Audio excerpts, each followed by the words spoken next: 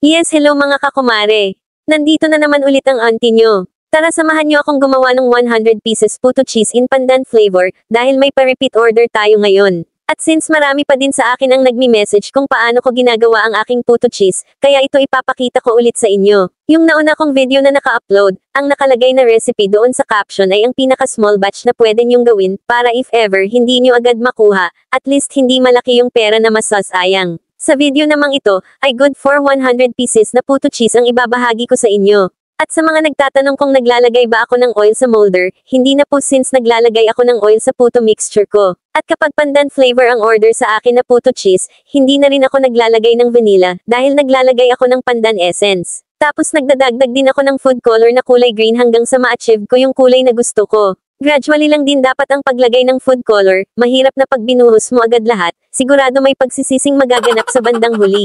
At kapag nailagay ko na lahat ang oil, food color na tinunaw sa tubig at pandan essence, saka na ako mag-a-add ng tubig ulit sa puto mixture ko, hanggang sa makuha ko yung consistency ng puto batter na gusto ko. Tapos syempre sasalain natin ng 3 beses para sigurado na walang mga lumps. Pwede din namang 2 beses lang kung yun yung trip mo.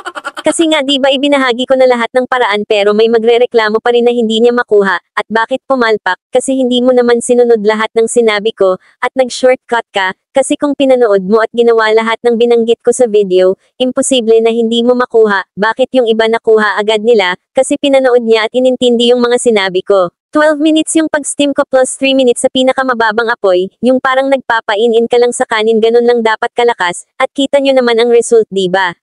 Makinis at walang natitirang dumidikit na puto mixture sa molder natin. Tapos kahit hindi pa masyado malamig ay tinatanggal ko na ito sa molder, sa lagayan ko na lang ito pinapalamig totally.